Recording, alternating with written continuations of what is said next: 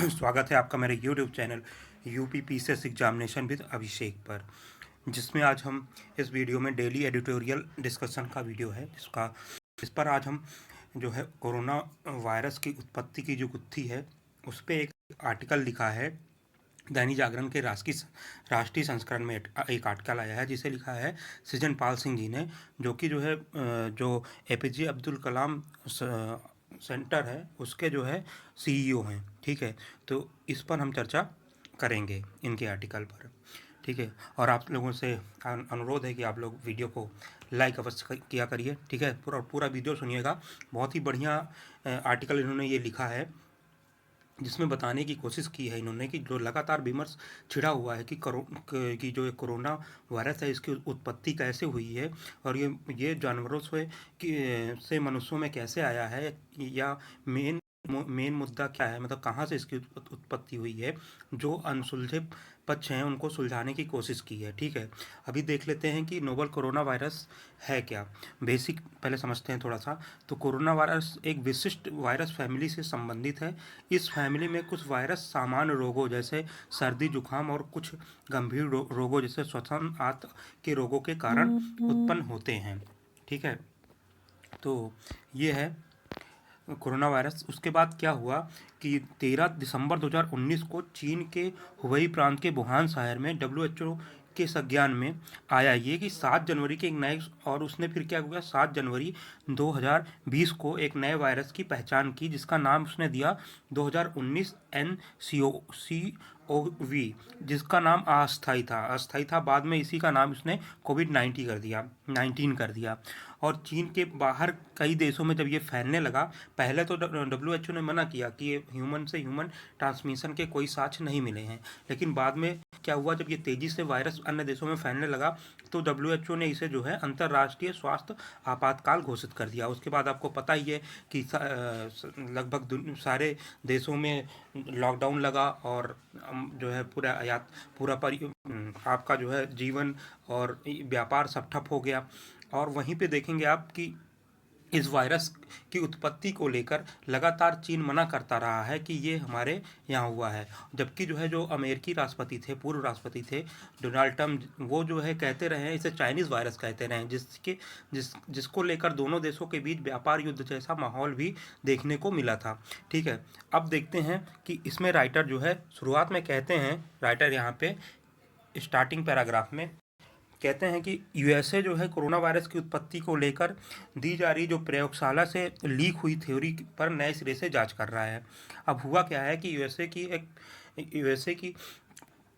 USA की जो senate है वो जो यूएसए का एक जो है नॉर्थ कैरोलिना यूनिवर्सिटी है, वहाँ से एक रिपोर्ट जारी हुई है जो लीक हो गई थी। तो उस पर जो है ये कहा गया है कि वुहान लैब है उसे यूएसए के जो है राष्ट्रीय संस्थान के द्वारा एक निजी एनजीओ के थ्रू धन मुहैया कराया गया था इस कुछ वायरसों पे अध्ययन करने के लिए। तो इसकी सत्यता की जांच करने के लिए जो है जो यूएसए की सीनेट है उसने इस पर जांच शुरू कर दिया है। तो आइए देखते हैं राइटर क्या कहते हैं कि प्रयोगशाला से लीक होने वाली थ्योरी की जांच नए सिरे से शुरू कर दी है। यहाँ पे प्रश्न उठता है कि क्या जो है राइटर प्रश्न उठा रहे हैं कि क्या चीन के वुहान वायरस लैब से निकला है या इसकी उत्पत्ति कहाँ से हुई है। इसको लेकर 2020 से ही बहस छिड़ी हुई है राइटर के अनुसार। और जब चाइना सरकार क्या कह रहा है कि चाइना सरकार लगातार इस पर अड़ी है कि जो ये कोरोना वायरस है ये जंगल से निकला है, और कई जानवरों पर संदेह करने के बाद भी वो नहीं बता पा रहे हैं, ना ही WHO बता पा रहा है कि ये अन्य या दूसरे जानवरों में कैसे पहुंचा। ठीक है, ये जानवरों के थ्रू मतलब ये किस प्रजाति के थ्रू इंसानों में पहुंचा, ना तो ये चाइना की सरकार बता पा रही है, ना ही WHO सही बता पा रहा है। पहले उन्होंने कहा कि पेंगोलिन, फिर उन्होंने चमगादड़ कहा, फिर अन्य जानवरों का नाम लिया, लेकिन परंतु आज भी दावे से नहीं कहा जा सकता है कि वायरस मनुष्यों तक कैसे फैला। ठीक है, और इस राइटर उदाहरण देते हैं कि सॉर्स 1 2002 में जो एक वायरस था और मार्च 2012 में था, इनकी प्रजाति ये पता वैज्ञानिकों ने 4 महीने और 9 महीने में लगा लिया था, लेकिन यही जो कोरोना वायरस है इसके लिए 14-15 महीने हो गए हैं और अभी तक इसकी उत्पत्ति का सही जो है पता नहीं चल पाया है। ठीक है, सबसे ज़्यादा संदेह किस पे जाता है? वुहान शहर की लैब पर जाता है, जो कि वुहान आगे फिर यहाँ पे राइटर कहते हैं कि जो वुहान में जो है वुहान इंस्टीट्यूट ऑफ वायरोलॉजी है, वायरोलॉजी मतलब कि जहाँ पे वायरस का अध्ययन किया जाता है, उस पर जाता है। तो अब 2019 में क्या हुआ, वुहान शहर में इसकी शुरुआत हुई। यह लैब में वायरस के सबसे खतरनाक और जटिल प्रयोग होते हैं। जो ये वुहान में लैब है वायरोलॉजी का, यहाँ पे जो है वायरस के ऊपर सबसे खतरनाक और जटिल प्रयोग होते हैं, विशेषकर चमगादड़ों से पैदा होने वाले वायरस पर।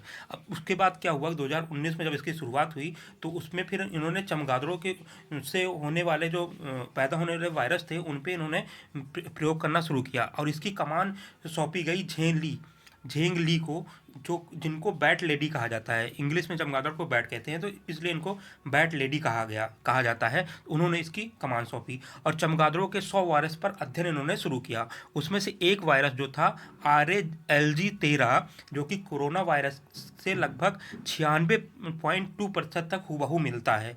ठीक है, अब इसलिए ये जो है अंदाज़ा लगाया जा रहा है कि जो ये कोरोना की उत्पत्ति है ये कहीं ना कहीं वुहान लैब से जुड़ी हुई है। ठीक है, फिर आगे जो है ये बताते हैं राइटर जो है अपने आर्टिकल में कि जो चमगादड़ पर अध्ययन क्यों हो रहा था, क्योंकि चमगादड़ों की कुछ विशेषताएं हैं, जैसे ये स्तनधारी हैं और सबसे कम समय में लंबी दूरी तय करने वाले स्तनधारी हैं और पृथ्वी पर पाए जाने वाले कुल स्तनधारी का 1/4 स्तनधारी हैं, इसलिए इनके वायरसों का जो है अध्ययन किया जा रहा था। फिर 2015 से जो है वुहान लैब ने USA के नॉर्थ कैरोलिना यूनिवर्सिटी के साथ साझेदारी की थी। जो वायरस चमगादड़ में पाए जाते हैं वो इंसानों को संक्रमित कर देते हैं, इसका जो है पता लगाने के लिए ये दोनों मिलकर काम कर रहे थे। तो कैसे करते हैं संक्रमित, ये भी इनका जो है अध्ययन का मेन मोटिव था। फिर इन्होंने इसका प्रयोग चूहों पर किया, जो उससे वायरस निकले थे उसका प्रयोग चूहों पर किया और वहाँ पे ये पाया कि जो H2 प्रोटीन जो श्वास की नली में चूहों के था उससे हमला करने की क्षमता होती थी इन चमगादड़ों में जो वायरस पाया जाता था, और यही H2 प्रोटीन जो है इंसानों में भी पाया जाता है। तो जो ये और कोरोना वायरस में भी देखा गया कि H2 जो श्वसन नली में जो है कोरोना वायरस H2 प्रोटीन के साथ जुड़कर इंसानों की कोशिकाओं में पहुंच रहा है। तो ये सिमिलरिटीज कुछ थी जिसके आधार पे एक वो निकाला जा रहा है, मतलब कि निष्कर्ष निकालने की कोशिश की जा रही है, लेकिन ये कितना सत्य है ये अभी कहा नहीं जा सकता है। ठीक है, एक निष्कर्ष निकालने की कोशिश की जा रही है कि हो सकता है कि एक वुहान की लैब से ही जो है आया हो। फिर आगे USA की सरकार की भूमिका क्या है इसमें, हुआ क्या कि जो वुहान लैब है, जो चीन की वुहान लैब है, उसको USA के संक्रामक रोग के राष्ट्रीय संस्थान से धन मुहैया कराया गया था। ठीक है, और ये कैसे किया गया था, अभी हमने शुरुआत में ही बताया था आपको कि इस सरकारी संगठन ने एक NGO, न्यूयॉर्क की एक NGO के माध्यम से जो है पैसा दिया गया था, जिसमें वुहान लैब को आगे का काम सौंपा गया था कि 2018-19 में यह अध्ययन करना है कि चमगादड़ों से विभिन्न प्रकार के वायरस दूसरी प्रजातियों में कैसे फैल सकती हैं। तो इसका अध्ययन करने के लिए जो है अमेरिका के राष्ट्रीय संस्थान से जो है धन मुहैया कराया गया था। इसी की जांच जो है अब अमेरिका की जो सीनेट है वो कर रही है। ठीक है, अब देखिए वायरस दूसरी प्रजातियों में कैसे फैला, ये चमगादड़ की विभिन्न प्रकार की जो वायरस है ये दूसरों प्रजाति में कैसे फैल सकती हैं, इनका जो है अध्ययन करने के लिए ये USA सरकार ने पैसा एक NGO के थ्रू दिया था। ठीक है, अब सवाल उठता है कि क्या वुहान शहर में उत्पन्न वायरस कोरोना इसी का परिणाम था। अब मतलब ये एक सवाल किया है राइटर ने, चीन इससे इनकार करता है। ठीक है, चीन कह रहा है कि नहीं ऐसा कुछ नहीं था। अब यहाँ गेन ऑफ फंक्शन क्या होता है, इसका महत्व है इस आर्टिकल में। राइटर ने यहाँ बताया है कि जो ये गेन ऑफ फंक्शन है इसके अंतर्गत जो होता है, एक चमगादड़ या दूसरे जानवर से वायरस को लेते हैं जो इंसानों को पहले प्रभावित नहीं करता है। मतलब गेन ऑफ फंक्शन में क्या होता है कि चमगादड़ या प्रजातियां हैं, जानवर हैं, उनसे जो है वायरस लेते हैं जो इंसानों को प्रभावित नहीं करता है और उसे लैब में तेजी से तब तक रूपांतरित करते हैं। रूपांतरित करने का मतलब कि म्यूटेंट उनका करते हैं जब तक कि इंसानों की कोशिकाओं को प्रभावित करना सीखना नहीं लेता।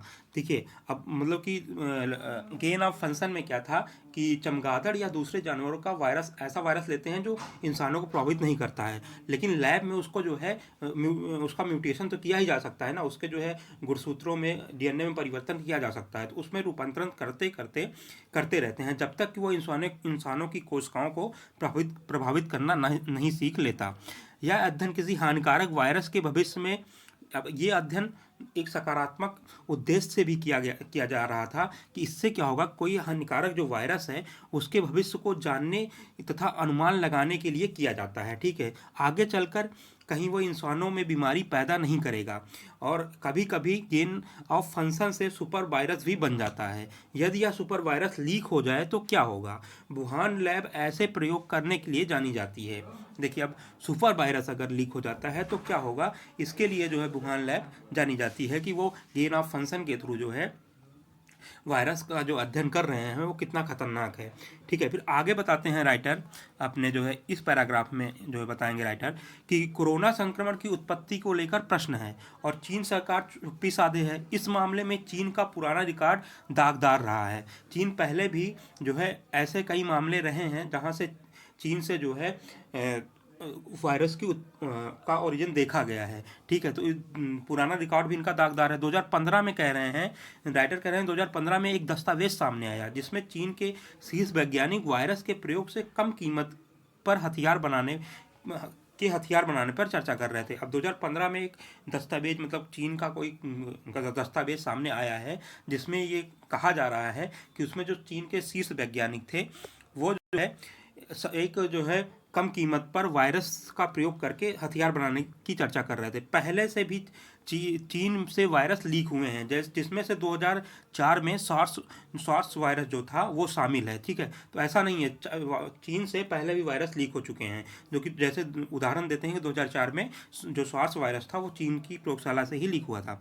अब जी फिर आगे कहते हैं, अंतिम पैराग्राफ में राइटर कहते हैं कि जिस कोरोना वायरस से 35 लाख लोग इंसानों को मार डाला है, उसकी शुरुआत आखिर कहाँ से हुई है, ये सवाल बहुत ही ज़रूरी हो गया है। ठीक है, जिससे इस तरह की घटनाओं को फिर से ना हो। मतलब अभी क्या है कि ये सवाल, हमें इस सवाल का उत्तर मिलना ज़रूरी है कि इसकी उत्पत्ति आखिर हुई कहाँ से है। अगर हम इसको जान सकेंगे तो ऐसी घटनाएं भविष्य में फिर ना घटें, उसके लिए जो आवश्यक कदम है वो उठा सकेंगे। ठीक है, इसकी उत्पत्ति का पता चलता है तो जल्द ही बेहतर इलाज पाने के साथ ही भविष्य के म्यूटेशन का पता चल जाएगा जिससे कि जो है हम बेहतर इलाज करा के लोगों को स्वस्थ कर सकेंगे। और यह गलती से भी जानबूझ कर कोई भी ऐसा हथियार वायरस हथियार जो मानवता के विरुद्ध हथियार ना बन सके, अगर ऐसा कोई गलती से, मतलब ऐसा कोई गलती या जानबूझ के कोई ऐसा कर रहा है तो उसके रोकने का प्रयास किया जाएगा कि आप ऐसा नहीं कर सकते हैं जो मानवता के विरुद्ध हथियार है। 35 लाख इंसानों को मार डाला इस वायरस ने, और इसकी उत्पत्ति का अभी ठीक से दावा नहीं किया जा रहा है। ठीक है, इसको लेकर लगातार जो है विमर्श चलता रहता है, न्यूज़पेपर में कुछ ना कुछ आता रहता है। तो आज इस पे आया था तो मैंने इस पर चर्चा कर दी है। ठीक है, और देखिए कोरोना वायरस का अभी अगर जो जांच चल रही है अगर वो पब्लिक डोमेन में आती है या कोई आर्टिकल आता है तो उस पर हम आगे चर्चा करेंगे। ठीक है, इसके साथ ही धन्यवाद। हाँ, आप लोग चैनल को ज़रूर सब्सक्राइब करिए, लाइक करिए और शेयर करिए। धन्यवाद।